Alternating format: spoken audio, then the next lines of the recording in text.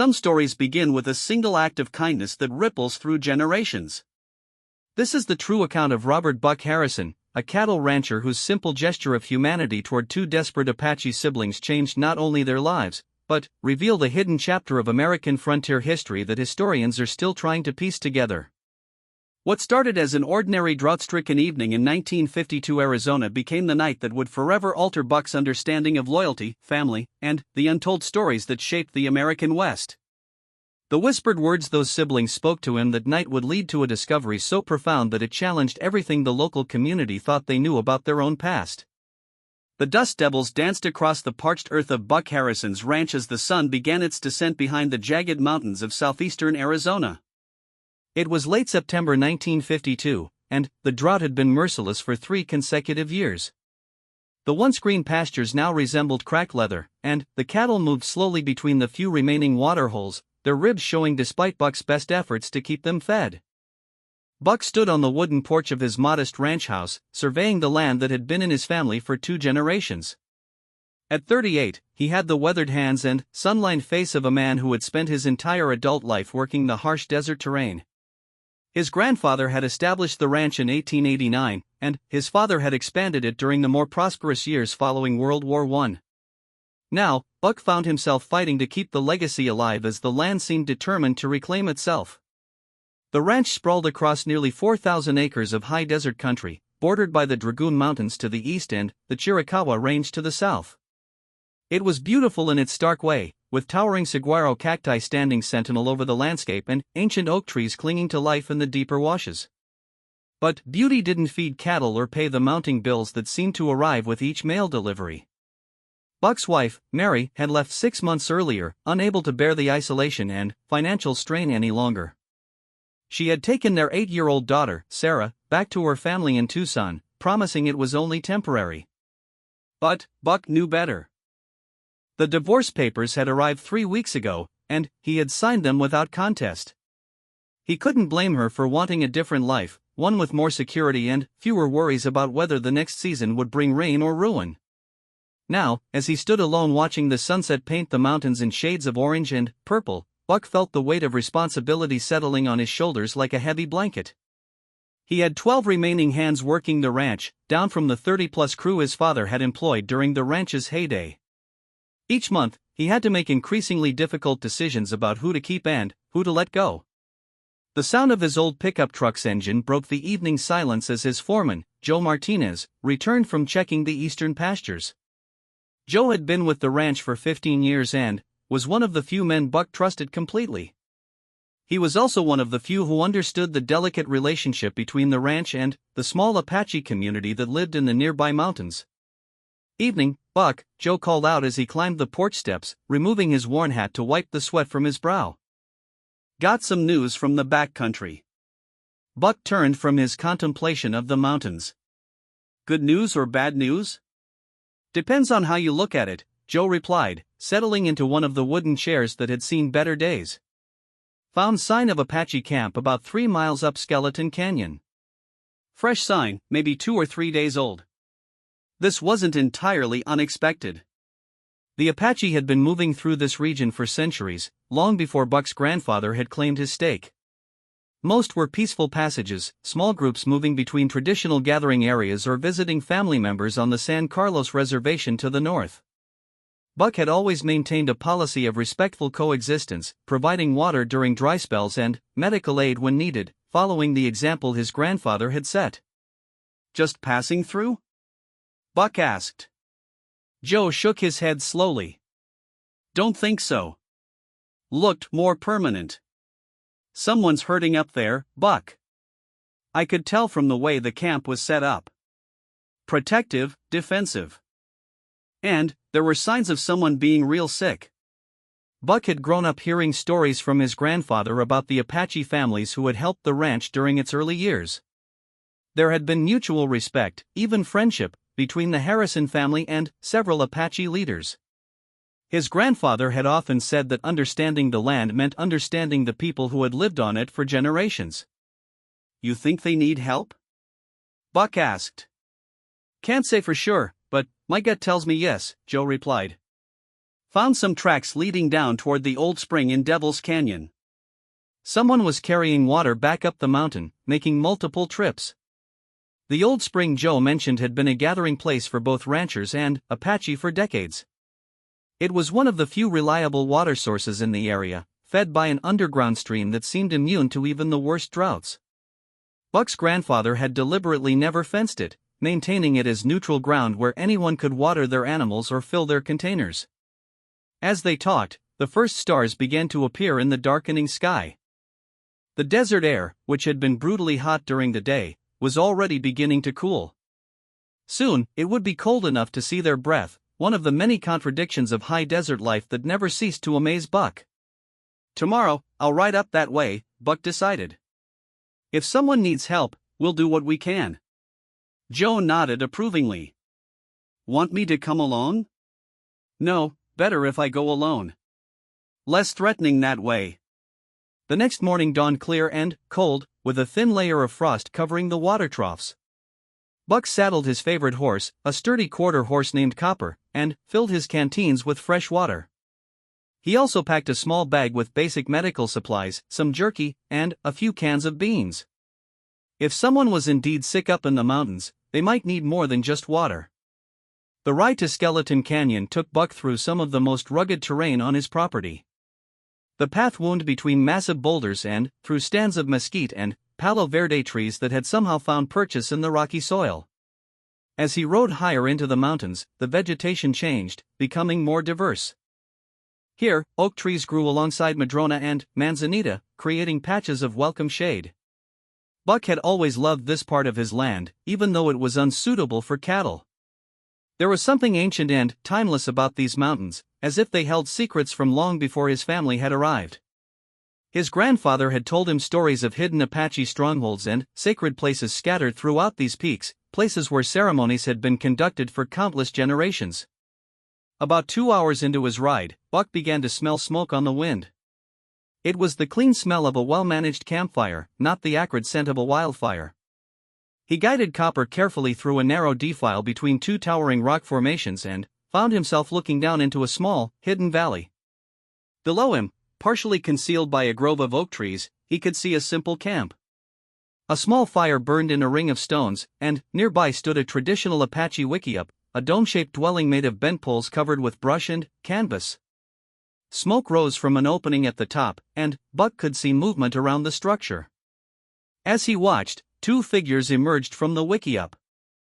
Even at a distance, Buck could see that they were both exceptionally tall, easily over 6 feet, which was unusual for Apache people. They moved with obvious concern around the dwelling, and one of them kept looking back toward the entrance as if checking on someone inside. Buck made his decision. He guided Copper down a gentle slope toward the camp, making no effort to conceal his approach. When dealing with Apache, his grandfather had taught him honesty and openness were always the best policy. Any attempt at stealth would be viewed as hostile. The 2 figures noticed his approach long before he reached the camp. They stood waiting for him, neither welcoming nor threatening, simply alert and ready. As Buck drew closer, he could see that they were indeed giants by any standard, both well over 6 feet tall with the powerful builds of men accustomed to physical labor. Their faces were weathered and serious, marked by what appeared to be recent hardship. The older of the 2, whom Buck estimated to be in his early 30s, stepped forward as Buck dismounted.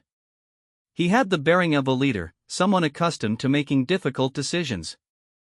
The younger man, perhaps in his mid-20s, remained near the wickiup, his attention divided between Buck and whatever was inside the shelter. "Good morning," Buck said, removing his hat in a gesture of respect. "I'm Buck Harrison. I own the ranch in the valley below." The older Apache man studied him carefully before responding. "I am Thomas Crowfeather," he said in accented but clear English. "This is my brother, David. We know of your family." This surprised Buck. While his grandfather had maintained relationships with various Apache families, Buck himself had had relatively little direct contact with the local Apache community in recent years. "You know my family?" Buck asked. "Your grandfather, Robert Harrison, was friend to our grandfather, Chief White Mountain," Thomas explained. "Many stories told of kindness between our families. Buck felt a warm surge of pride. His grandfather had died when Buck was only 15, but the stories of his fairness and respect for the Apache had been passed down through the ranch hands and neighboring families. "What brings you to my land?" Buck asked gently. "Joe Martinez, my foreman, said someone might need help." The two brothers exchanged a meaningful look.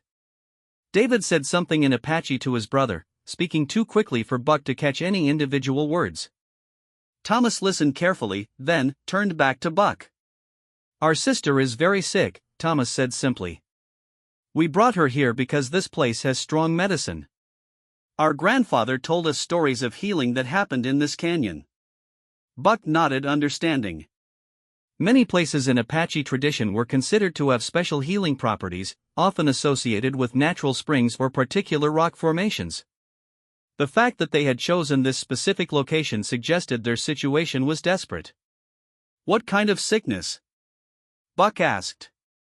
"Fever that will not break," David spoke for the first time, his voice heavy with worry. "For 5 days now. We have tried traditional remedies, but nothing helps. She grows weaker." Buck looked toward the wiki up. Through the partially open entrance, he could just make out the form of someone lying on blankets inside. The brothers' concern was evident in every line of their bodies. "I have some medicine back at the ranch," Buck offered. "And there's a doctor in Tombstone who's treated Apache families before. Dr. Samuel Wright. He's a good man, fair and knowledgeable about traditional healing as well as modern medicine." Thomas and David again exchanged words in Apache. Buck could see the internal struggle playing out between them.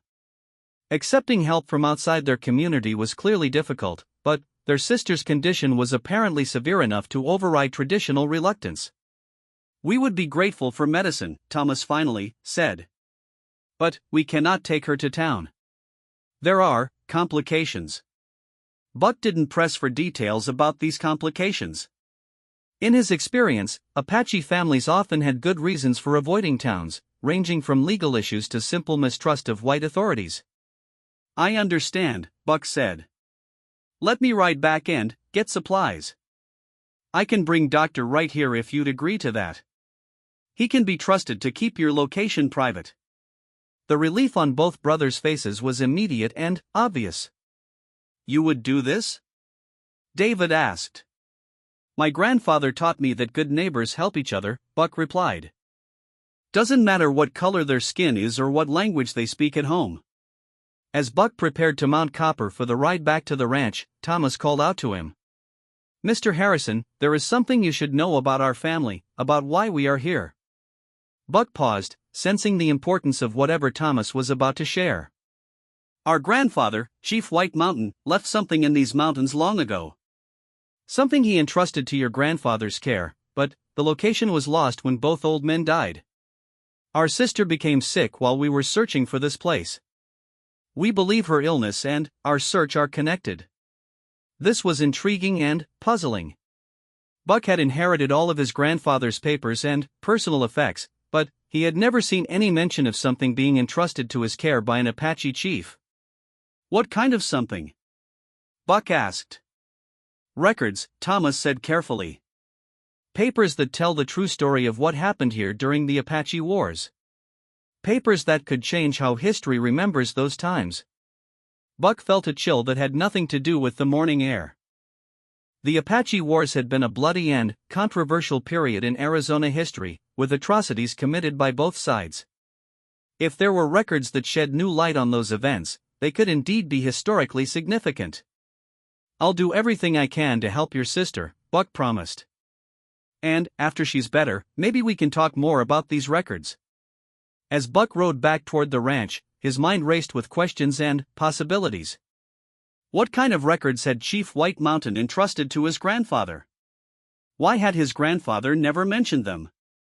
And what was the connection between the brothers' search and their sister's mysterious illness? The sun was approaching its zenith by the time Buck reached the ranch headquarters. The heat was already becoming oppressive, and he could see several of his remaining hands working in whatever shade they could find. The contrast between the green lawns and modern conveniences of town life and the harsh realities of ranch life during a drought had never seemed starker. Buck immediately began gathering medical supplies from the ranch's well-stocked first aid station. His father had always maintained a comprehensive medical kit, knowing that help could be hours away in case of emergency. Buck selected fever reducers, antibiotics, clean bandages, and a thermometer. He also filled several large water containers and gathered food that would travel well. His next task was more delicate. He needed to convince Dr. Wright to make a house call to an Apache camp in the mountains without asking too many questions. Fortunately, Dr. Wright had a reputation for being both discreet and sympathetic to the Apache community. The telephone call to Tombstone took several minutes to connect through the rural exchange, but eventually Buck heard Dr. Wright's familiar voice on the crackling line. "Doc, it's Buck Harrison. I need a favor, and it's urgent." "What's the situation, Buck?" Buck explained about the sick Apache woman, carefully omitting details about the brothers' search for historical records. Dr. Wright listened without interruption, asking only a few pertinent medical questions. "I can be there in 2 hours," Dr. Wright said finally. "I'll bring everything I might need." "You said high fever for 5 days? That could be serious. I appreciate this document. I know it's not convenient. Buck, your grandfather once saved my life when I was thrown from a horse up in those same mountains. I've never forgotten that debt. Besides, a doctor's oath doesn't recognize color or nationality." After ending the call, Buck loaded his truck with the supplies and drove to the base of the mountain trail where Dr. Wright would meet him. The doctor arrived precisely when promised, a short, energetic man in his 60s with graying hair and kind eyes behind wire-rimmed glasses. "Lead the way, Buck," Dr. Wright said, shouldering his medical bag. "And tell me everything you know about the patient's condition." The ride back to the hidden valley took longer with Dr. Wright, who was a competent horseman but not accustomed to the rough mountain terrain. Buck used the time to fill him in on what he knew about the brothers and their sister's condition. When they reached the Apache camp, Buck could immediately see that the situation had worsened. Both Thomas and David looked exhausted, and the smoke from their fire was thin and weak, suggesting they were running low on fuel. Dr. Wright approached the camp with the same respectful directness that Buck had used earlier. "I'm Dr. Wright," he announced. "Your brother asked me to come help your sister." Thomas emerged from the wickiup, his face drawn with fatigue and worry. "Doctor, we are grateful. She is much worse. The fever climbs higher." Dr. Wright nodded professionally. "May I examine her?" With Thomas translating when necessary, Dr. Wright disappeared into the wickiup. Buck could hear the murmur of voices and occasional instructions as the examination proceeded. After what seemed like an eternity but was probably only 20 minutes, Dr. Wright emerged, his expression serious but not hopeless. "She has pneumonia," he announced. "Probably brought on by exposure and exhaustion. The good news is that it's treatable with the right antibiotics.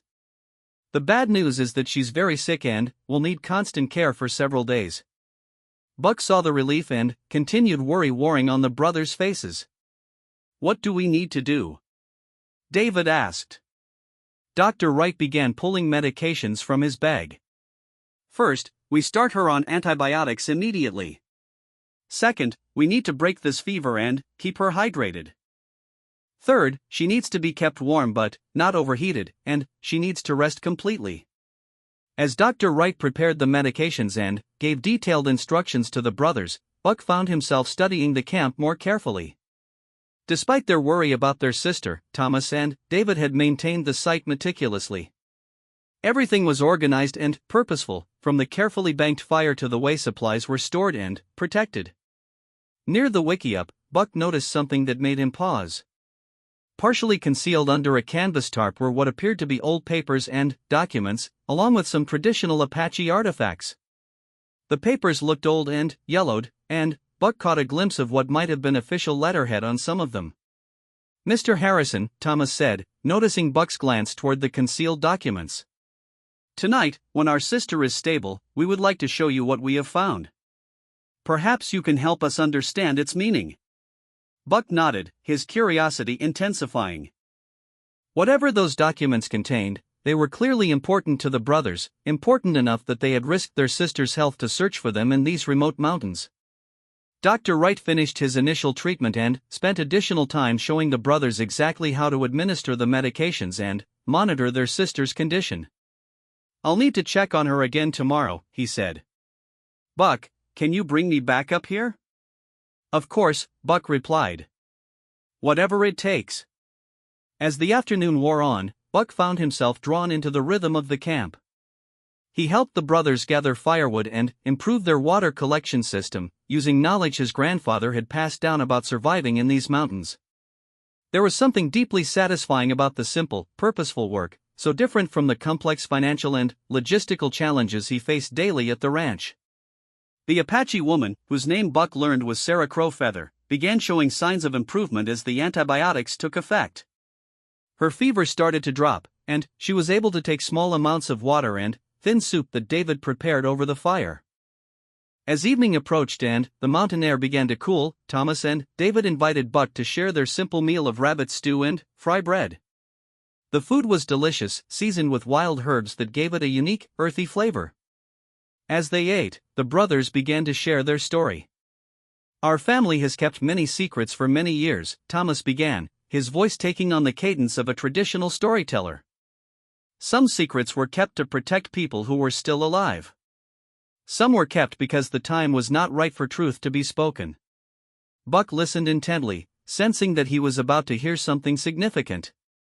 "Our grandfather, Chief White Mountain, was present at many of the events that history books describe.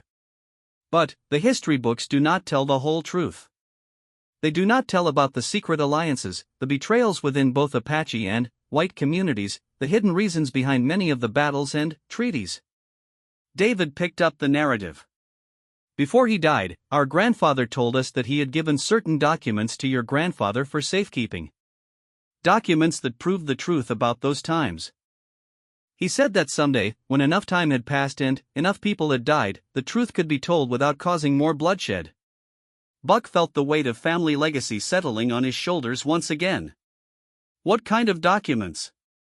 "Letters between army officers and Apache leaders that were never supposed to exist," Thomas explained. "Records of secret meetings and agreements. Evidence of who really started certain battles and why. Names of white settlers and Apache warriors who worked together in secret to try to prevent the worst violence. This was potentially explosive information. The Apache Wars remained a sensitive subject in Arizona, with deep feelings on all sides about what had really happened during those turbulent decades. Our grandfather believed that your grandfather hid these documents somewhere on your land," David continued.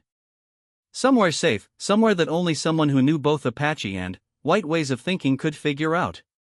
As full darkness settled over the mountains and the fire burned lower, Buck found himself looking at these two remarkable brothers with new understanding. They weren't just searching for historical artifacts, they were trying to recover their family's legacy and set the record straight about events that had shaped the entire region. "Tomorrow, after Dr. Wright checks on your sister again, maybe we can start looking," Buck offered. "I know every inch of my land, and I've been through all of my grandfather's papers and belongings many times. If there's something hidden, we'll find it." The gratitude in both brothers' eyes was unmistakable. But it was what happened next that would change Buck's life forever. As the brothers prepared for sleep, taking turns watching over their sister, Thomas approached Buck with a serious expression. "Mr. Harrison, there is something else. Something we have not told you because we were not sure we could trust you, despite our grandfather's friendship." Buck waited quietly, sensing the importance of this moment. Thomas glanced toward his brother, who nodded encouragingly. Then, he looked directly into Buck's eyes and spoke in a voice barely above a whisper. "We are not just searching for our grandfather's documents. We are also running. There are people who do not want these documents to be found, people who have good reasons to keep the old lies alive. People who have built their reputations and their fortunes on the false version of history." Buck felt a chill run down his spine. What kind of people? People with power. People who can make us disappear if they learn what we are really doing here. The implications hit Buck like a physical blow. He had thought he was simply helping a sick woman and assisting with a historical research project. Instead, he had stumbled into something much more dangerous and complex.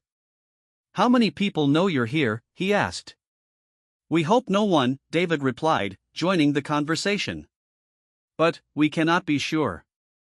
We have been very careful, but there have been signs that someone has been following us. Someone who knows the mountains almost as well as we do." Buck's mind raced through the implications. If someone was indeed tracking the brothers, then his own ranch and his remaining employees could be in danger. But looking at these two exhausted, worried men who were fighting to save their sister and recover their family's truth, Buck knew he couldn't turn his back on them. "Then, we'll have to be extra careful," he said quietly. "And we'll have to work fast." As Buck settled down for the night in his bedroll near the dying fire, he stared up at the star-filled sky and wondered what he had gotten himself into. 24 hours ago, his biggest worry had been the drought and the mounting bills. Now he was involved in a search for potentially explosive historical documents while helping fugitives hide from unnamed but apparently powerful enemies. But, despite the danger and uncertainty, Buck felt more alive and purposeful than he had in months. For the first time since Mary had left, he felt like he was part of something larger than himself, something that mattered beyond the daily struggle to keep the ranch afloat. Tomorrow would bring Dr. Wright back to check on Sarah, and, if she continued to improve, they could begin the search in earnest. Buck fell asleep thinking about his grandfather's words, "Understanding the land means understanding the people who lived on it for generations." Tomorrow, he would begin to understand both in ways he had never imagined. The first rays of dawn were painting the eastern mountains in shades of gold when Buck awakened to the sound of movement around the camp. Sarah Crowfeather had passed a peaceful night, her fever finally breaking just before sunrise. Dr. Wright's treatment had worked, and, for the first time in days, the brothers had hope written across their weathered faces. Thomas was already preparing a breakfast of coffee and leftover fry bread when Buck emerged from his bedroll. The morning air was crisp and clean, carrying the scent of sage and pine from the surrounding mountains. It was the kind of morning that reminded Buck why he loved this harsh, beautiful land despite all its challenges. "Good morning, Mr. Harrison," Thomas said, offering Buck a cup of the strong, black coffee. "Our sister spoke your name during the night. She wanted us to thank you for bringing the medicine." Buck accepted the coffee gratefully, feeling the warmth spread through his hands as he wrapped them around the tin cup. "How is she this morning?" "Much better," David replied, emerging from the wickiup with a genuine smile on his face for the first time since Buck had met them. "The fever is gone, and she was able to eat some solid food. Dr. Wright was right about the antibiotics." As if summoned by their conversation, the sound of horses' hooves on stone announced Dr. Wright's arrival. The doctor had made the journey alone this time, and Buck could see the relief on his face when he learned about Sarah's improved condition. After a thorough examination, Dr. Wright declared himself satisfied with her progress. "She's not out of the woods yet," he cautioned, "but she's definitely turned the corner. Keep giving her the antibiotics as I showed you, plenty of fluids, and let her rest as much as possible. I'll check on her again in 2 days." As Dr. Wright prepared to leave, he pulled Buck aside. "There's something you should know," he said quietly. "Yesterday evening, after I returned to town, I had a visitor. A man claiming to be from the Indian Agency, asking if I treated any Apache patients recently." Buck felt his stomach tighten. "What did you tell him?" "I told him that doctor-patient confidentiality prevented me from discussing any medical treatments with unauthorized persons," Dr. Wright replied. "But, Buck, this man didn't look like any government agent I've ever met. He looked more like a hired gun, if you ask me." This confirmed the brothers' fears that they were being tracked. Buck glanced back toward the camp where Thomas and David were listening intently to their conversation. "Did he give you a name?" Buck asked. "Called himself Johnson, but I'd bet money that wasn't his real name. He was well dressed, spoke with an educated accent, but there was something cold about his eyes. And he was asking very specific questions about Apache families with the surname Crowfeather." Buck thanked Dr. Wright and watched him right away, then returned to the camp to share this disturbing news. The brothers listened grimly but without apparent surprise. We expected this, Thomas said. We have been running for 3 weeks now, ever since we started making inquiries about our grandfather's documents. Someone is very determined to keep those papers hidden. Who? Buck asked. Who has that much to lose from the truth coming out? David and Thomas exchanged one of their meaningful looks before David answered.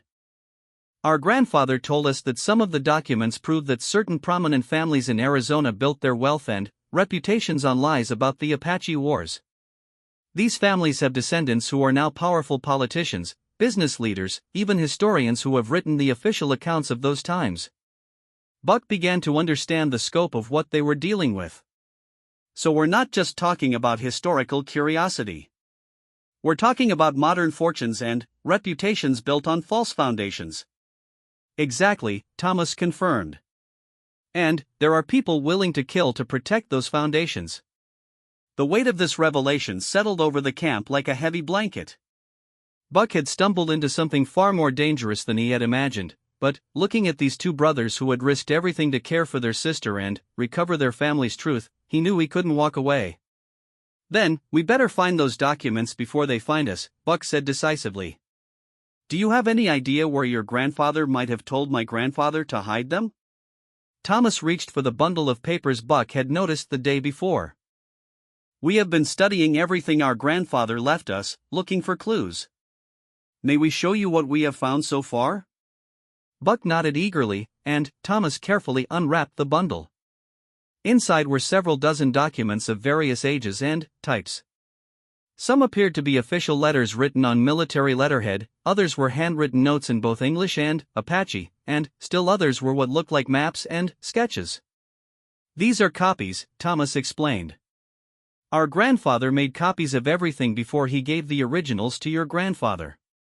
He kept these hidden separately, passed down through our family. Buck examined the documents carefully. Even the copies were clearly old and fragile, yellow with age and brittle at the edges. The official letters bore the letterheads of various army units and territorial government offices. The handwritten notes contained names Buck recognized from local history books, though some of the information contradicted what he thought he knew about those people. This letter here, David pointed to a document written on Fort Huachuca letterhead, proves that Colonel James Morrison secretly met with Apache Chief Cochise 3 times in 1872, trying to arrange a peace treaty that would allow certain Apache families to keep traditional lands in exchange for information about hostile bands. Buck knew that name well. Colonel Morrison was considered a local hero, and the town's main street was named after him. According to the official histories, Morrison had been an implacable enemy of all Apache, fighting them relentlessly until they were forced onto reservations. But this says he was working for peace, Buck observed. Yes, and this other document shows why the peace efforts failed, Thomas continued, indicating a handwritten note. Someone betrayed the secret meetings to the territorial governor, who had different plans for Apache lands. Plans that involved mining rights and railroad development. As Buck studied more of the documents, a pattern began to emerge. The Apache Wars, rather than being a simple conflict between settlers and natives, had apparently involved complex webs of secret alliances, betrayals, and hidden economic motives. Some white settlers had worked secretly with Apache leaders to try to prevent bloodshed, while some Apache had been paid by mining interests to attack rival settlements. These documents would rewrite the entire history of the Apache Wars, Buck said softly.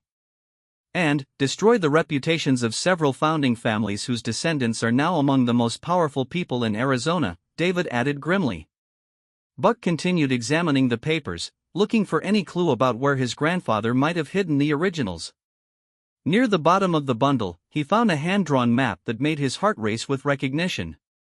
The map showed the layout of his ranch as it had existed in the 1890s, complete with buildings, water sources, and natural landmarks. But there were also markings that Buck didn't recognize, symbols that looked Apache in origin. What do these symbols mean? He asked, pointing to several markings scattered across the map. Thomas studied the symbols carefully. These are traditional Apache markers for sacred places, hiding spots, and safe camps. Our grandfather was telling your grandfather not just where to hide the documents, but how to hide them in a way that would be meaningful to both Apache and white understanding. Buck felt excitement building in his chest. I know every inch of this ranch, and I've seen some of these landmarks. But I've never paid attention to the places that might have special meaning in Apache tradition. David leaned forward eagerly. Can you recognize the landmarks on this map? Buck studied the drawing more carefully. This is definitely my ranch, but from before my father made changes to the layout.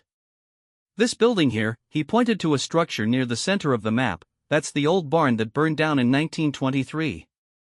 And this line here represents the creek before it was diverted for irrigation. Thomas traced his finger along several of the Apache symbols. According to our grandfather's notes, a hiding place is near water, protected by stone, and marked by a tree that has been touched by lightning but still lives. Buck's mind raced through the geography of his ranch. There were dozens of water sources, hundreds of rocky outcroppings, and countless trees.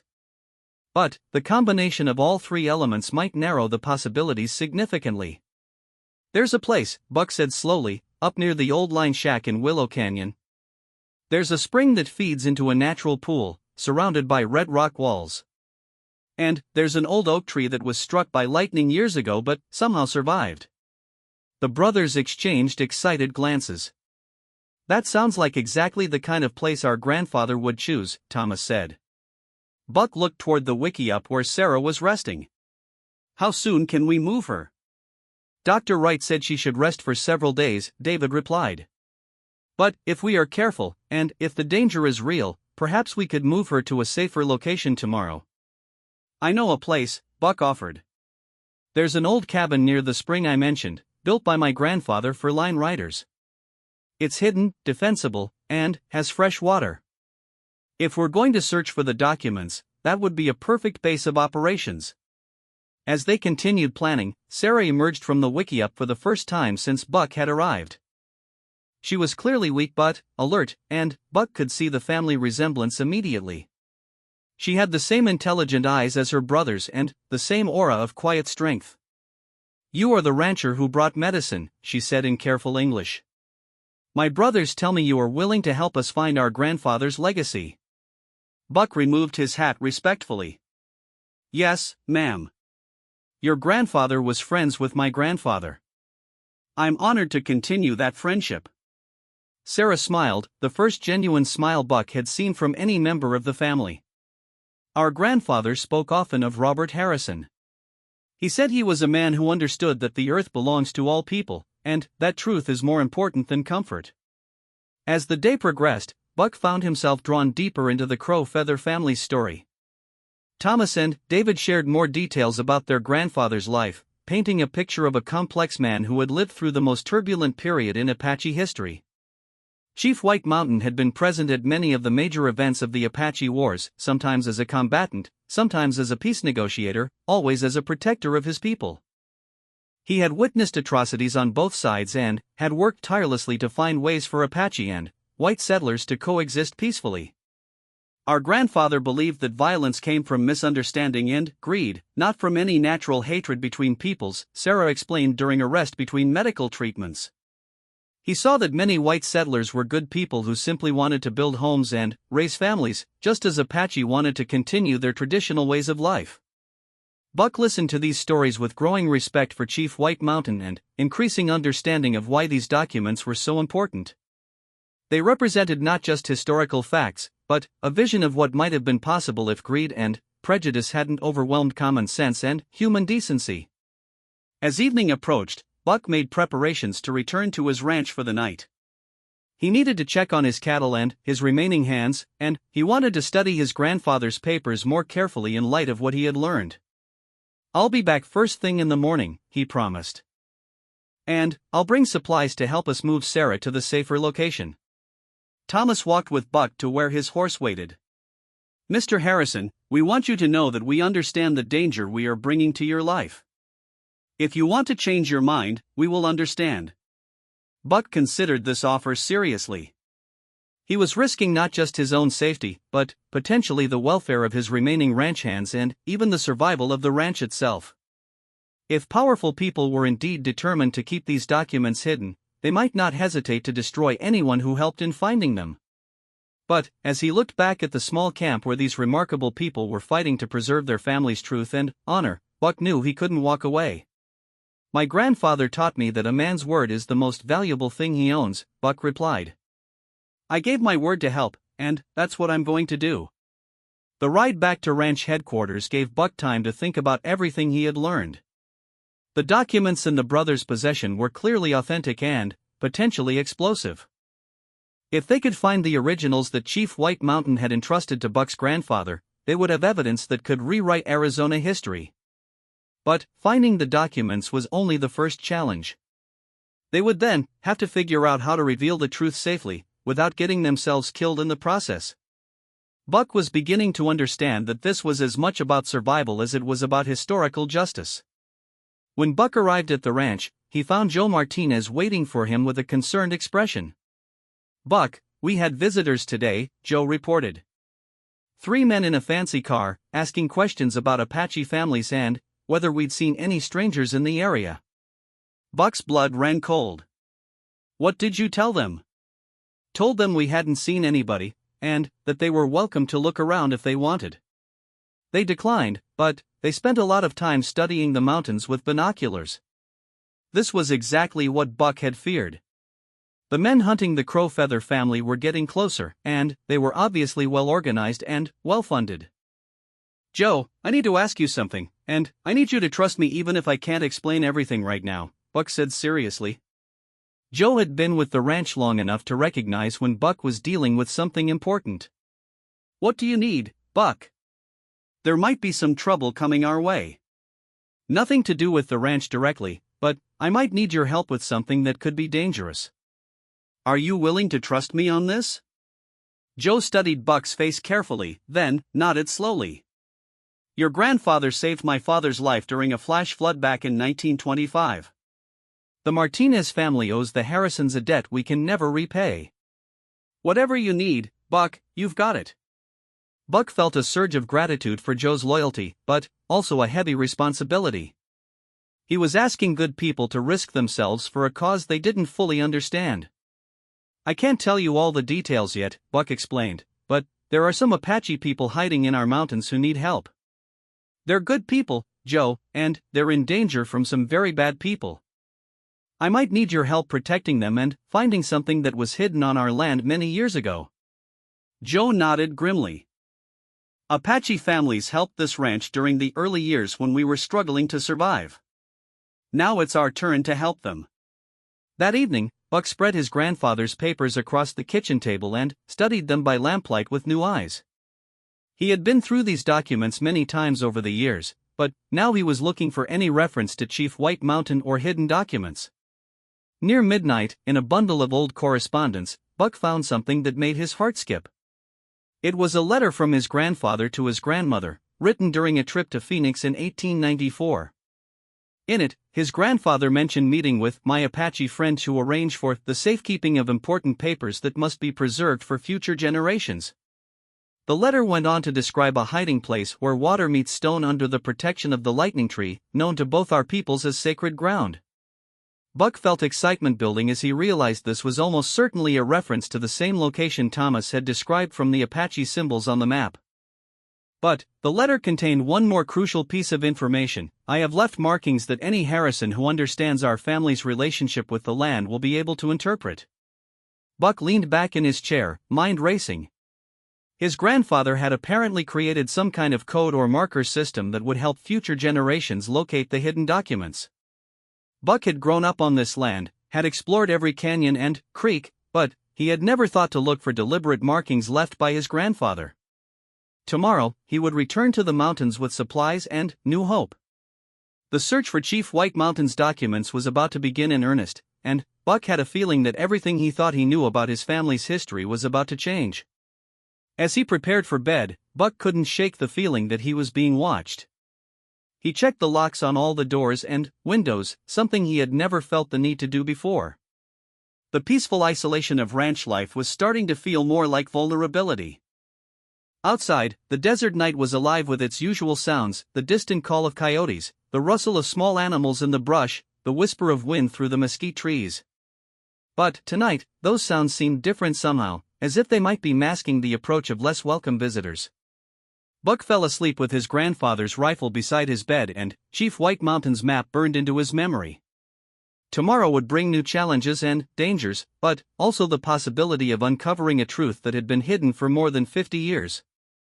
The last thing he remembered before sleep took him was his grandfather's voice, echoing across the years. Understanding the land means understanding the people who lived on it for generations. Tomorrow, Buck would begin to understand his family's true relationship with this land and its original inhabitants. And, somewhere in the darkness of the surrounding mountains, the documents that could rewrite history waited to be found. Buck awakened before dawn to the sound of vehicles approaching the ranch headquarters. Through his bedroom window, he could see headlights cutting through the pre-dawn darkness, moving slowly along the access road. His hand instinctively reached for the rifle beside his bed as he counted at least 3 vehicles in the convoy. Moving carefully to avoid silhouetting himself against the window, Buck peered through the curtains and felt his blood turn cold. The vehicles were expensive-looking cars, not the usual pickup trucks and ranch vehicles he was accustomed to seeing. These visitors were the same people who had been asking questions around town, and their presence at this early hour suggested they weren't here for a friendly social call. Buck quickly dressed and moved through the house to the kitchen, where he could observe the front yard without being seen. The vehicles had stopped near the main barn, and several men in business suits were getting out despite the early hour and remote location. Even in the dim light, Buck could see that these weren't government officials or law enforcement. They moved with the controlled precision of professional hired men. Joe Martinez appeared from the direction of the bunkhouse, clearly having been awakened by the vehicles as well. Buck watched as the lead man, a tall figure in an expensive coat, approached Joe with what appeared to be official-looking documents. Buck couldn't hear the conversation from inside the house, but he could read Joe's body language clearly. His foreman was being polite but firm, gesturing toward the ranch house and shaking his head repeatedly. After several minutes, the man in the coat handed Joe what looked like a business card and returned to his vehicle. The convoy of cars turned around and departed as quietly as they had arrived, leaving Buck and Joe alone in the growing dawnlight. Buck waited several minutes to ensure they were really gone before stepping out onto the porch. What did they want? Buck asked as Joe approached the house. Claimed to be federal investigators looking into reports of illegal Apache activities in the area, Joe replied, his voice tight with controlled anger. Said they had reports that we were harboring fugitives. Buck felt his stomach clench. What did you tell them? Told them I didn't know what they were talking about, and that any official business would have to wait until you were awake to speak with them personally, Joe answered. But, Buck, these weren't federal agents. I've dealt with real government people before, and these men were something else entirely. Joe handed Buck the business card the man had left. It was expensively printed but contained minimal information, just a name, William Johnson, and a phone number with no indication of what agency or organization he represented. Same name Dr. Wright mentioned, Buck observed grimly. They're definitely tracking the family in the mountains. Joe's expression grew more serious. Buck, I think it's time you told me exactly what's going on. These aren't the kind of people who just go away quietly. Buck made a quick decision. If he was going to ask Joe to help him, the man deserved to know what he was getting into. Over coffee in the ranch kitchen, Buck explained everything he had learned about the Crowfeather family, the hidden documents, and the potential historical significance of what they were searching for. Joe listened without interruption, occasionally asking clarifying questions but never expressing doubt about Buck's story. When Buck finished, Joe sat quietly for several minutes, processing the implications. So we're dealing with people who have enough money and power to hire professional enforcers to keep historical documents hidden, Joe summarized finally. And these documents could potentially destroy the reputations of some very wealthy and powerful families. That's about the size of it, Buck confirmed. And the Apache family is hiding in our mountains with a sick woman, looking for documents that could clear their grandfather's name and tell the truth about the Apache wars. Buck nodded grimly. Joe stood up and moved to the window, looking out toward the mountains where the Crowfeather family was hidden. Buck, my father used to tell me stories about the Apache wars that were different from what they taught in school. Stories about good white families who tried to help Apache people, and Apache leaders who worked for peace even when it cost them everything. This surprised Buck. "Your father never mentioned this to me." "He didn't like to talk about those times," Joe explained. "Too much pain on all sides. But he always said that someday the truth would come out, and, when it did, good people would have to choose which side they were on." Joe turned back to Buck with determination written across his weathered face. "Count me in, Buck. Whatever you need." Buck felt a surge of gratitude for Joe's loyalty, tempered by concern for what he might be asking his friend to risk. "Joe, these people seem willing to kill to keep their secrets. If we help the Crow Feather family, we could all end up dead. My father used to say that a man who won't risk his life for what's right isn't really living anyway," Joe replied quietly. "Besides, if we don't help them, they'll probably be killed anyway. At least this way they have a chance." With Joe's commitment secured, Buck began planning their next moves. First, they needed to get the Crow Feather family moved to a safer location before their hunters got closer. Second, they needed to begin the search for the hidden documents in earnest. And, third, they needed to be prepared to defend themselves if the professional enforcers decided to escalate their tactics. "How many of the other hands can we trust?" Buck asked. Joe considered this carefully. "Miguel Rodriguez and Tommy Clearwater are solid. They've been with the ranch for years and they're not the kind to ask too many questions. Carlos Mendoza might help if he understood what was at stake. The others?" Joe shrugged. "Better to keep them out of it for their own protection." Buck agreed. The fewer people who knew about their activities, the better. But having 3 or 4 reliable men could make the difference between success and disaster. "All right," Buck decided. "Let's get supplies together and head up to the camp. We need to move them to the old line cabin today, before our visitors come back with reinforcements." Within an hour, Buck and Joe had loaded a truck with supplies, food, medical equipment, camping gear, and weapons. Buck also brought the maps and documents from his grandfather's papers, hoping they might provide additional clues about the hiding place. The drive to the base of the mountains took them through some of the most beautiful country on the ranch, but Buck found himself unable to appreciate the scenery. He kept watching the rearview mirror and scanning the horizon for any sign of the men who had visited that morning. When they reached the mountain trail, Buck and Joe loaded the supplies onto pack horses and began the climb to the hidden camp. The trail was steep and rocky, winding through stands of oak and pine that provided welcome shade from the climbing sun. As they approached the camp, Buck called out in the traditional Apache manner Joe had taught him years earlier, announcing their approach so they wouldn't be mistaken for hostile visitors. Thomas appeared from behind a boulder, rifle ready but not threatening, and waved them forward. "Mr. Harrison, we were starting to worry," Thomas said as they entered the camp. "We heard vehicles in the valley before dawn." "So did we," Buck replied grimly. They visited the ranch, asking questions about Apache families. "I think it's time to move to that safer location we discussed." Sarah was sitting up outside the wickiup, looking much stronger than she had the previous day. Her fever was completely gone, and some color had returned to her cheeks. She greeted Buck with a warm smile that made him think of his own daughter, far away in Tucson. "Dr. Wright's medicine worked perfectly," she said. "I feel strong enough to travel if necessary." David emerged from the wickiup carrying several bundles of possessions. "We have been preparing to move since first light," he said.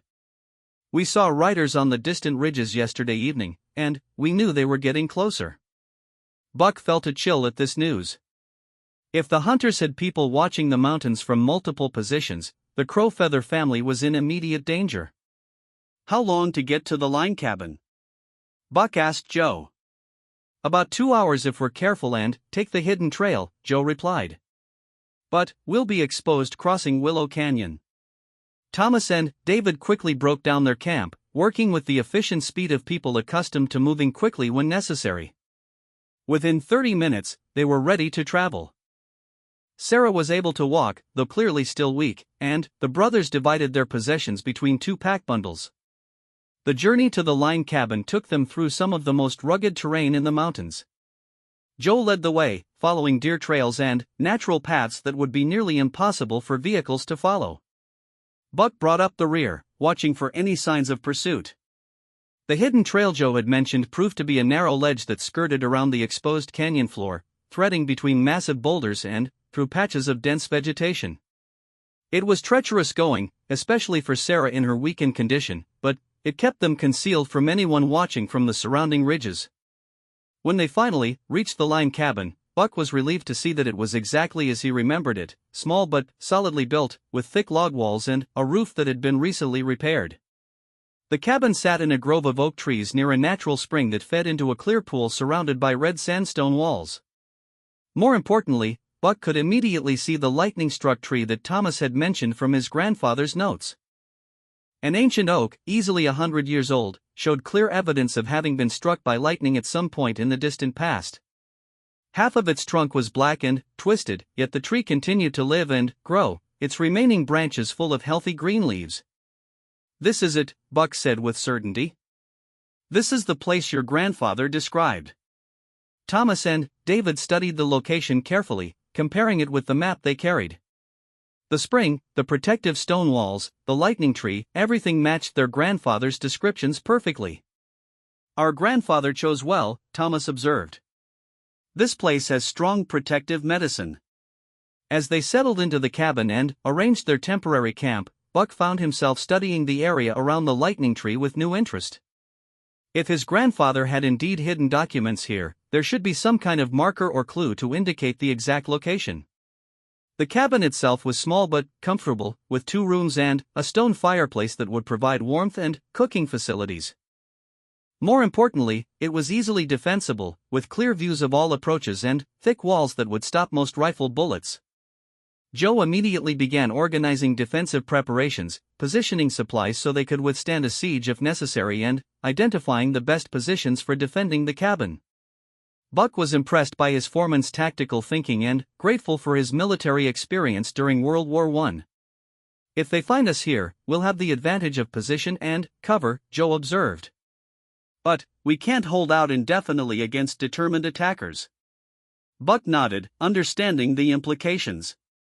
They needed to find the hidden documents quickly and figure out how to get them to safety before their hunters closed in. As the afternoon wore on, Buck began a systematic search of the area around the lightning tree. He examined the base of the tree, the surrounding rocks, and the nearby spring, looking for any sign that his grandfather had left markings or hidden something in the area. Thomas and David joined the search, bringing their knowledge of traditional Apache hiding techniques.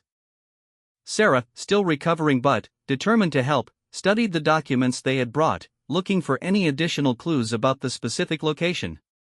"Your grandfather was clever," Thomas observed as they worked. "He would have chosen a place that looked natural to casual observation but would be obvious to someone who knew what to look for." Buck was examining the lightning-damaged trunk of the oak when he noticed something unusual. About 8 feet up the trunk, where the lightning damage was most severe, there appeared to be markings carved into the blackened wood. At first glance, they looked like natural scars from the lightning strike, but closer examination revealed that they were too regular and purposeful to be accidental. "Thomas, David, come look at this," Buck called out excitedly. The brothers joined him at the base of the tree, and Thomas immediately began climbing the rough bark to get a closer look at the markings. When he reached the right height, he called down with excitement in his voice. "These are Apache symbols, but carved by someone who was not Apache," he announced. "Someone who learned the symbols but did not make them with the natural flow of our people." "What do they say?" Buck asked. Thomas studied the markings carefully before answering. "They indicate direction and distance. The symbols point toward the spring and indicate a count of steps." Buck felt his heart racing with anticipation. They were close to solving the mystery that had been hidden for more than 50 years. Working together, Buck and the brothers paced off the distance indicated by the symbols, starting from the base of the lightning tree and walking toward the spring. The count led them to a pile of red sandstone rocks that appeared to be a natural formation, indistinguishable from dozens of other rock piles in the area. But, when Buck examined the pile more closely, he realized that the rocks had been carefully arranged to create a hidden cavity underneath. His grandfather had constructed a natural-looking cache that would be invisible to casual observation but accessible to someone who knew exactly where to look.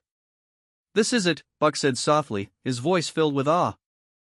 "This is where my grandfather hid Chief White Mountain's documents." With infinite care, Buck and the brothers began removing rocks from the pile. Underneath, wrapped in multiple layers of oiled canvas and sealed in a metal container, they found what they had been searching for: dozens of original documents, letters, maps, and photographs that had been hidden for more than half a century. Buck's hands trembled slightly as he carefully removed the first document from the container.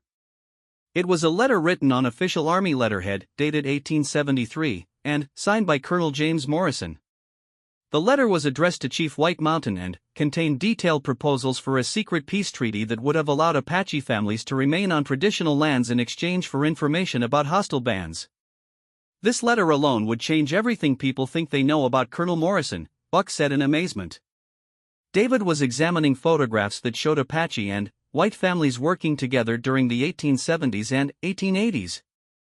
"These prove that there was much more cooperation between our peoples than the history books claim." Thomas had found a bundle of maps that showed the locations of secret meeting places where Apache leaders and white settlers had worked together to prevent violence. Several of the locations were on what was now Buck's ranch, including the very spot where they were standing.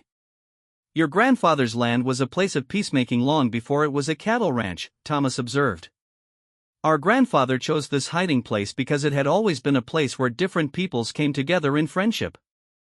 As they continued examining the documents, the scope of what they had found became increasingly clear. These papers contained evidence of secret alliances, hidden betrayals, and lost opportunities for peace that had been deliberately concealed from historical records. But they also contained something else, detailed evidence of which specific families had profited from the prolonged conflict, including names, dates, and financial records that proved certain prominent citizens had deliberately sabotaged peace efforts for economic gain. "Now we understand why someone is willing to kill to keep these documents hidden," Sarah said quietly. "These papers could destroy fortunes and reputations that have been built on lies for 3 generations." Buck looked around at the peaceful setting where they had made their discovery. The spring bubbled quietly, the lightning tree rustled in the afternoon breeze, and the red stone walls glowed in the slanting sunlight. It was hard to believe that this tranquil place held secrets that could shake the foundations of Arizona society. But even as they celebrated their success, Buck knew their troubles were far from over. They had found the documents, but now they had to figure out how to reveal the truth safely without getting themselves killed in the process. As evening approached and they prepared to return to the cabin, Buck noticed movement on a distant ridge. Through binoculars, he could see several figures on horseback, obviously scanning the valley below. "We're running out of time," he told the others grimly. "They're getting closer, and once they find this place, we'll be trapped." Thomas nodded seriously. "Then, we must decide quickly what to do with what we have found. These documents are too important to be lost again." That night, as they sat around the cabin's fireplace studying the recovered documents, Buck found himself thinking about his grandfather and Chief White Mountain. 2 men from different worlds who had found common ground and worked together to preserve truth for future generations.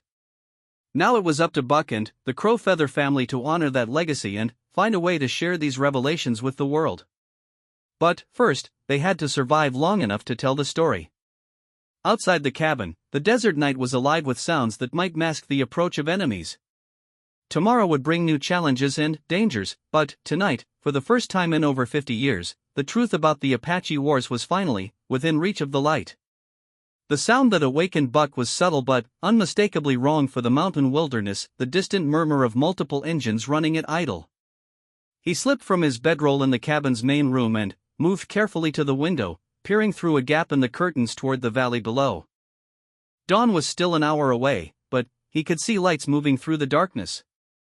Vehicle lights, positioned at what appeared to be strategic locations around the valley's exits. Their hunters had found them, and this time they had come in force. Buck quietly awakened the others. Thomas and David were instantly alert, while Sarah needed a moment to orient herself despite her continued recovery from the pneumonia. Joe emerged from the second room where he had been sleeping, rifle already in hand. "How many?" Thomas whispered. Buck handed him the binoculars. At least 6 vehicles that I can see, probably more. They've got the valley surrounded. Thomas studied the lights carefully before passing the binoculars to his brother. Professional operation. They're not planning to let anyone leave alive. This was the scenario Buck had been dreading. The men hunting the Crow Feather family weren't interested in negotiations or legal processes. They were here to eliminate everyone who had knowledge of the hidden documents and recover the papers at any cost. We need to get word to the outside world about what we've found, Buck said urgently. If they kill us all, the truth dies with us. Sarah had been thinking along the same lines. Is there any way to contact someone trustworthy? Someone who could take these documents and ensure they reach historians or journalists who would publish the truth? Buck considered their options. The cabin had no telephone, and their radio was only powerful enough to reach the ranch headquarters. But there might be another way. Dr. Wright, Buck said suddenly. He's supposed to check on Sarah today. If he comes looking for us and finds armed men instead, he'll know something is wrong. Joe shook his head grimly. They'll be watching for anyone trying to approach. Dr. Wright would be walking into a trap. David had been studying the recovered documents by lamplight. We need to make copies of the most important papers, he said. Hide them in multiple locations so that even if they recover some of the documents, others will survive. This was a good idea, but Buck realized they had limited time and resources for copying documents. The approaching dawn would bring their attackers closer, and they needed to be prepared for a siege or an escape attempt. There's an old mine shaft about half a mile up the canyon, Joe said thoughtfully. Abandoned silver mine from the 1880s. If we could get the documents hidden there, they might survive even if we don't. Thomas nodded approvingly. Good thinking. But we need someone to stay here and maintain the appearance that we're all still in the cabin. Otherwise, they'll know we've split up. Buck knew what Thomas was suggesting, and the implications made his stomach clench. Someone would have to remain behind as a decoy while others escaped with the documents. It was essentially a suicide mission. I'll stay, Buck said quietly. This is my land, my responsibility. No, Sarah said firmly. I'll stay. I'm still weak from the pneumonia, and I would slow down any escape attempt. But I can maintain a fire and create shadows that will make them think we're all still here. Both of her brothers immediately protested, but Sarah's logic was sound. She was the most vulnerable member of their group, and her presence would indeed slow any escape attempt. Moreover, as a woman, she might be shown more mercy if captured alive. She's right, Thomas said reluctantly. But I don't like it. None of us like it, Buck replied. But we're out of good options. As they prepared for their desperate gambit, Buck found himself studying the recovered documents one more time. The evidence they contained was indeed explosive. Letters proving that prominent frontier families had deliberately sabotaged peace negotiations for profit. Photographs showing cooperation between Apache and white communities that contradicted official histories. Financial records documenting how mining and railroad interests had paid to prolong the Apache wars. One document in particular caught Buck's attention. It was a detailed confession written by a man named Charles Pemberton, dated 1889. In it, Pemberton admitted to betraying the secret peace meetings between Colonel Morrison and Chief Cochise, leading to the ambush that killed Morrison and destroyed the last real chance for negotiated peace. Buck recognized the Pemberton name. Charles Pemberton's grandson, William Pemberton Jr., was now one of the most powerful politicians in Arizona, currently serving in the U.S. Senate. If this confession became public, it would destroy not only his career but the reputation of one of Arizona's founding families. Now we know why they're willing to kill for these papers, Buck said grimly. Senator Pemberton's entire political career is built on his family's reputation as Apache war heroes. This confession proves his grandfather was actually a traitor who caused countless deaths for profit. Thomas nodded sadly. And that's probably just one of many reputations that would be destroyed. These documents prove that much of Arizona's founding mythology is built on lies. As the first hint of dawn began to lighten the eastern sky, Buck, Joe, Thomas, and David prepared to leave for the mine shaft with the most crucial documents. They would have to travel through rugged terrain while avoiding the men watching the valley, but it was their only hope of preserving the truth. Sarah settled herself near the cabin's fireplace, arranging blankets and personal items to create convincing shadows that would suggest multiple people were still inside. She had Buck's rifle and ammunition, enough to hold off attackers for at least a short time if necessary. "If we don't make it back," Buck told her, "try to surrender peacefully. Maybe they'll be satisfied with recovering the documents and let you live." Sarah smiled sadly. "And maybe cattle will learn to fly. But I appreciate the sentiment." The four men slipped out the cabin's back window just as the sun's first rays touched the mountain peaks. Moving carefully through the oak grove, they began climbing toward the abandoned mine, carrying the precious documents in waterproof containers. The mine shaft was located about halfway up the canyon wall, accessible only by a narrow trail that switchbacked up the rocky slope. It had been abandoned for decades, but the main tunnel was still sound and dry. More importantly, it would be nearly impossible for outsiders to find without local knowledge. As they climbed, Buck could hear sounds of activity from the valley below. Vehicles were moving closer to the cabin, and he could occasionally catch glimpses of armed men taking positions around the building.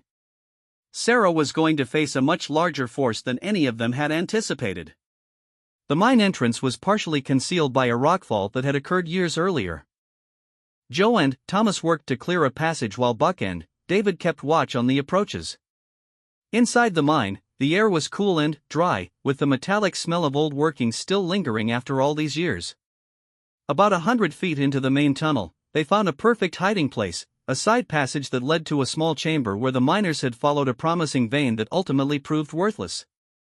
The chamber was completely hidden from the main tunnel and protected by solid rock on all sides. Working quickly, they wrapped the most important documents in multiple layers of waterproof material and sealed them in a metal container. Buck carved markings into the tunnel wall that would help him relocate the hiding place later, using symbols that combined Apache tradition with his family's ranch brands. "Even if they torture us, they'll never find this place," Joe observed grimly. "The documents will be safe." As they prepared to return to the cabin, the sound of gunfire echoed up the canyon. Single shots at first, then the rapid fire of multiple weapons. Sarah was under attack. Buck felt his heart racing with the desperate urge to rush back and help her, but Thomas grabbed his arm firmly. "She knew this might happen," Thomas said quietly. "She chose to give us time to save the documents. Don't make her sacrifice meaningless by getting yourself killed." Buck knew Thomas was right, but the sound of gunfire continued, suggesting that Sarah was putting up a fierce resistance. Either she was an excellent shot, or their attackers were being unusually cautious about approaching the cabin. "We need to create a diversion," David said suddenly. "Draw some of their attention away from the cabin." Joe nodded thoughtfully. "The old mine has other entrances higher up the mountain. If we could start a rockslide or create some noise up there, it might make them think we're trying to escape in that direction." It was a desperate plan, but it was better than doing nothing.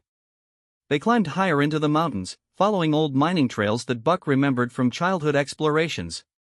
The abandoned workings were scattered across the mountainside, connected by narrow paths that would be nearly impossible for outsiders to follow. At the highest mine entrance, Joe used his knowledge of explosives from his military service to create a crude but effective charge using materials they found in the old mine buildings. The explosion, when it came, sent a massive rockslide thundering down the mountain face, creating noise that could be heard for miles. Almost immediately, Buck could see vehicle lights moving away from the cabin area and heading toward the site of the explosion. Their diversion was working, but the gunfire from the cabin continued sporadically. "Now we go back," Buck said grimly. "While they're distracted." The descent to the cabin area was treacherous in the growing daylight, but they managed to reach a position overlooking the building without being detected. What they saw made Buck's blood run cold. The cabin was surrounded by at least 20 armed men, far more than they had estimated. Several vehicles were positioned to provide cover for the attackers, and Buck could see evidence of professional military equipment including night vision scopes and communication gear. But, amazingly, the cabin was still intact, and they could still hear occasional rifle fire from inside. Sarah was not only alive but continuing to fight. "Look there," Thomas whispered, pointing toward a group of men near the largest vehicle.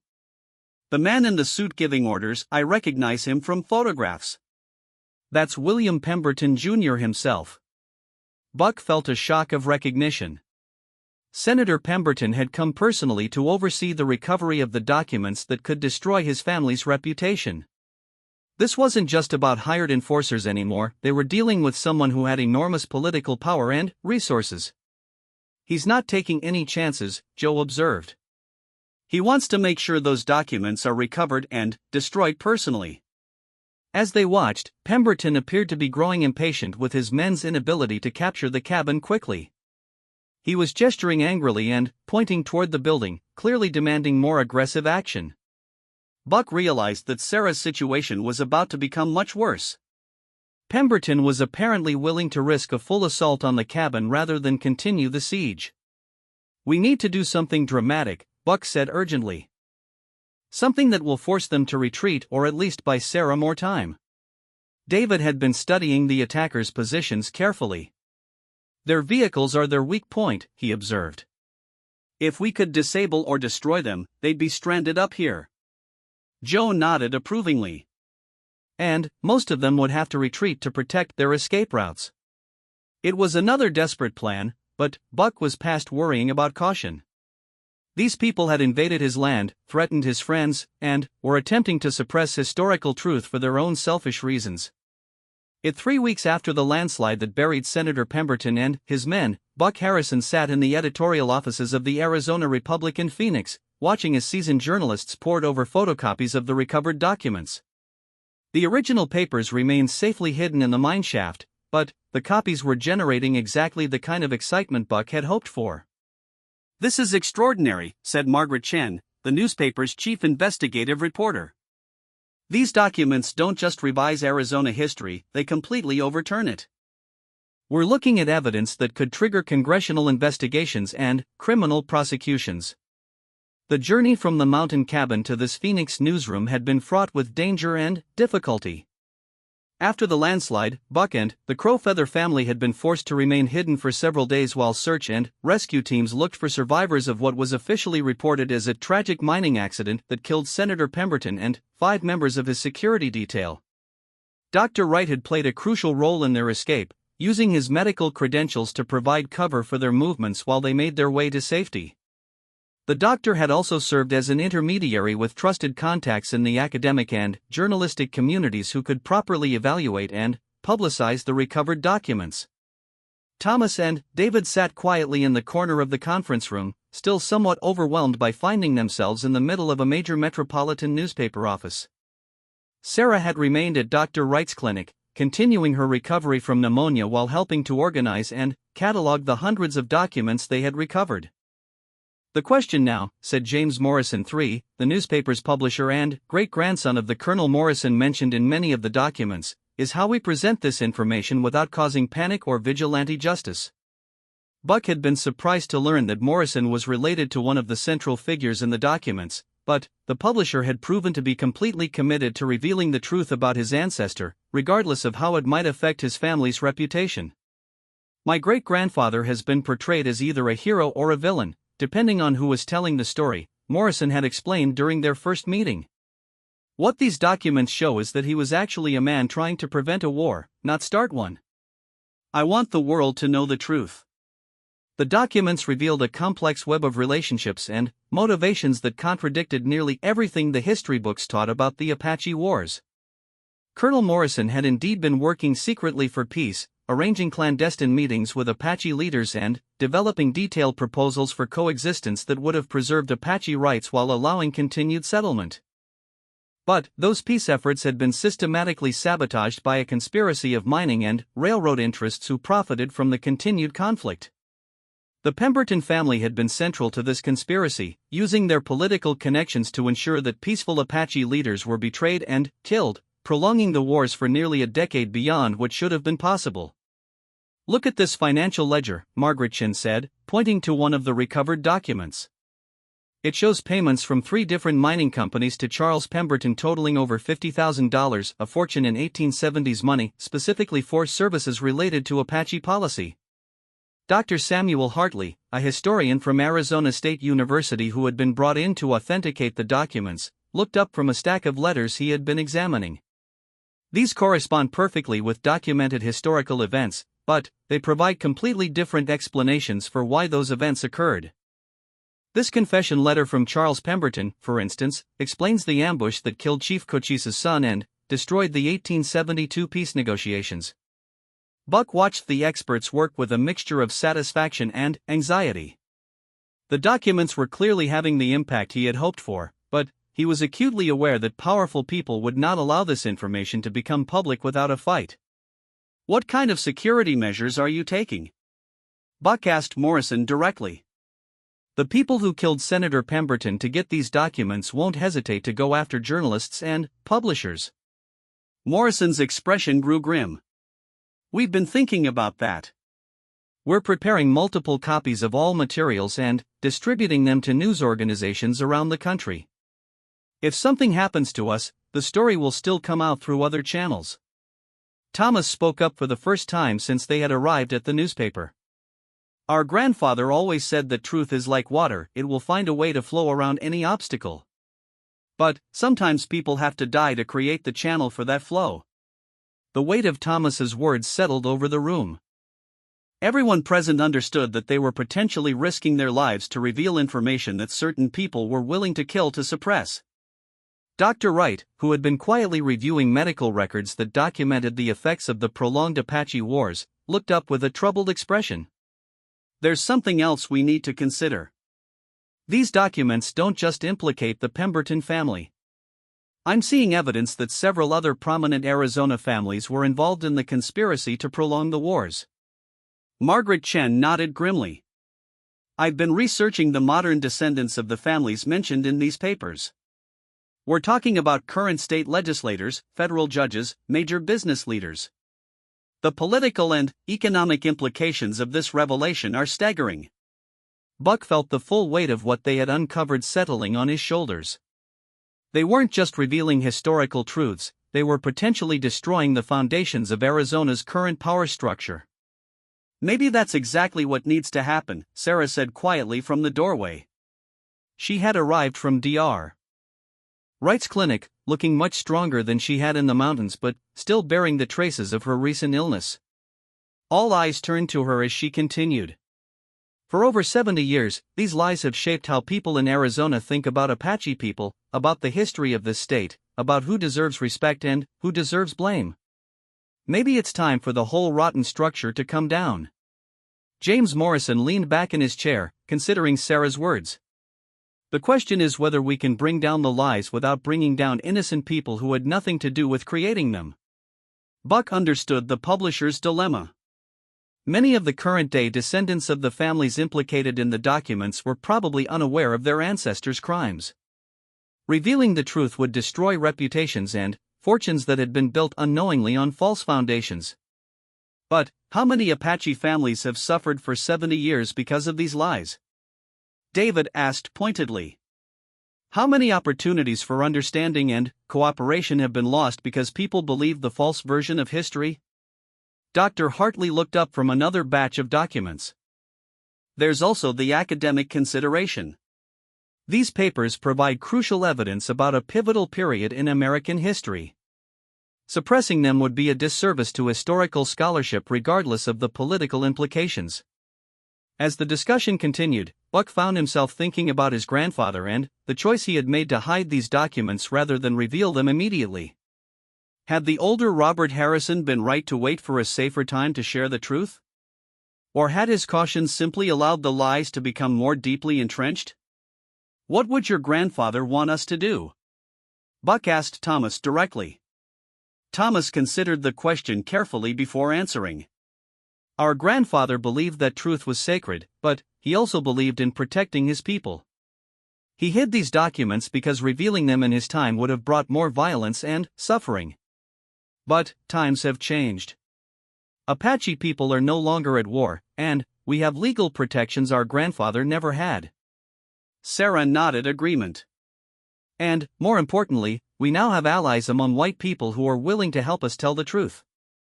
Our grandfather could never have imagined sitting in a newspaper office with white journalists and historians who genuinely want to help us set the record straight. Margaret Chen had been taking notes throughout the discussion. I think we need to proceed carefully but decisively. We'll publish a series of articles over several weeks, each one focusing on specific aspects of the revelations. That will give people time to absorb the information gradually rather than overwhelming them with everything at once. And it will make it harder for anyone to suppress the entire story, Morrison added. If they try to stop us after the first article appears, it will only draw more attention to the remaining revelations. Buck felt a surge of optimism for the first time since the ordeal had begun. They had found allies who understood both the importance of the truth and the dangers of revealing it too quickly. Over the following days, Buck watched as the newspaper team prepared their exposé with professional thoroughness. They contacted experts around the country to verify the documents, reached out to Apache tribal leaders for their perspectives, and began the delicate process of investigating the modern descendants of the families implicated in the historical conspiracy. The first article appeared on a Sunday morning in late October, with the headline "Hidden Documents Reveal Secret Conspiracy Behind Arizona's Apache Wars." The reaction was immediate and intense. By noon, the newspaper's phones were ringing constantly with calls from historians, politicians, and ordinary citizens demanding more information. Apache tribal leaders issued statements expressing gratitude that their ancestors' true story was finally being told. Several prominent Arizona families issued angry denials and threats of legal action. But the most significant reaction came from the federal government. By Monday morning, FBI agents were in Phoenix not to suppress the story but to investigate the potential criminal implications of the documents. The evidence of conspiracy to commit genocide and the murder of federal peace negotiators fell under federal jurisdiction, even if the crimes were over 70 years old. This is exactly what Senator Pemberton was afraid of, Dr. Wright observed as they watched the news coverage from the safety of the newspaper offices. The revelation of these documents isn't just changing history, it's opening criminal investigations that could implicate descendants who continued to benefit from the original crimes. Buck felt a mixture of vindication and concern as he watched the story spread beyond Arizona to national news networks. The truth was finally being revealed, but the consequences were likely to be far more extensive than any of them had anticipated. Thomas and David had returned to their mountain home, but Sarah had remained in Phoenix to serve as a liaison between the newspaper and the Apache communities affected by the revelations. She had proven to be an articulate and compelling spokesperson for her family's cause. "Our grandfather always told us that truth is like a seed," Sarah told a television reporter during one interview. "It can remain buried for many years, but when it finally sprouts, it grows into something much larger than anyone expected." As the weeks passed and more articles appeared, the scope of the revelations continued to expand. Additional documents were discovered in family archives and government files, corroborating and expanding on the evidence Buck and the Crow Feather family had recovered. The story was becoming a national sensation. But the most personally satisfying moment for Buck came when he received a letter from his daughter Sarah, now living in Tucson with her mother. The 8-year-old had seen her father's name in the newspaper and had convinced her mother to let her write to him. "Daddy," the letter read in careful third-grade handwriting, "Mommy says you found some important papers that tell the truth about Apache people. I'm proud of you for helping them. Maybe someday you can tell me the whole story."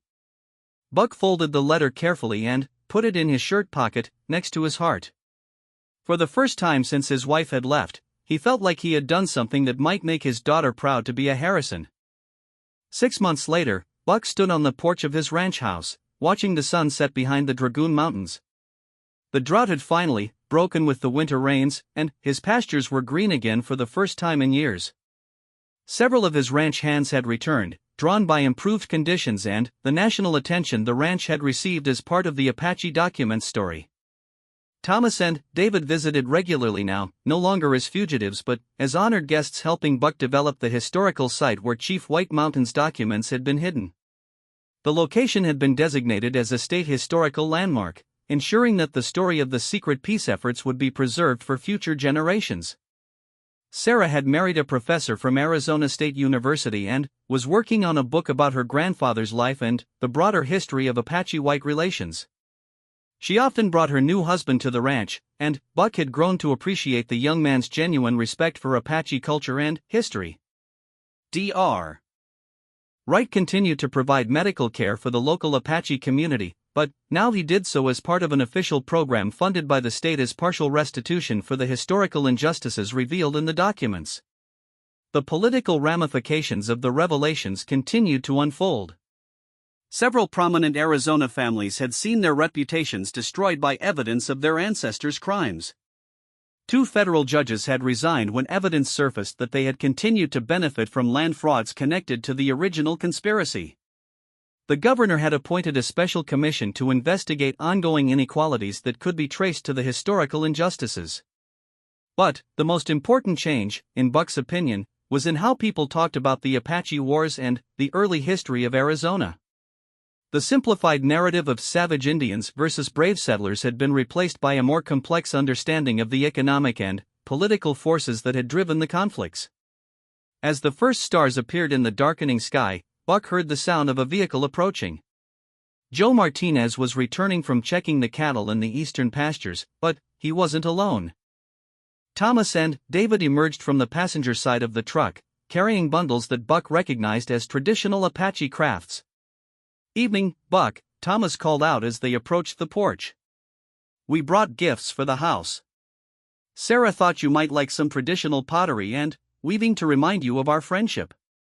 Buck accepted the gifts with genuine pleasure. The pottery was beautiful, decorated with traditional designs that told stories of water and mountains and the eternal connection between people and land.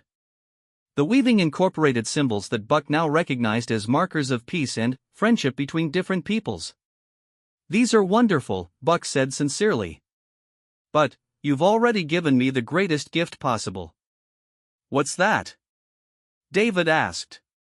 "You've helped me understand what my grandfather really stood for," Buck replied. "And you've helped me become the kind of man my daughter can be proud of." As they sat on the porch sharing coffee and watching the stars emerge, Buck thought about the long journey that had brought them to this moment of peace and friendship.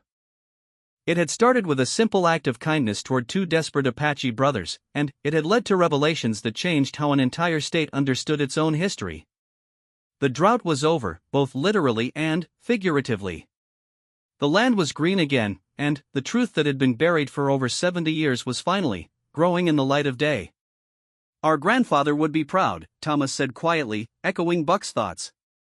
"Both our grandfathers. They planted seeds of friendship in a time of hatred, and now we're seeing the harvest." Buck nodded, looking out over the peaceful valley where so much history had been made and hidden and, finally, revealed. "And our children will plant new seeds, and their children after them. The truth has a way of growing, once it gets started." In the distance, a coyote called to the rising moon, and the desert night settled over the ranch with the quiet satisfaction of justice finally served. The Apache Wars were over at last, not through conquest or defeat, but through understanding and the courage to face difficult truths. Buck Harrison had found something more valuable than water in the drought-stricken mountains. He had found his family's true legacy and his own place in the continuing story of people learning to live together on the land they shared. The whispered plea of 2 desperate Apache siblings had led him to discover that the greatest treasures are often hidden in the places where different peoples choose to trust each other, even when trust seems impossible. And sometimes, those treasures change everything.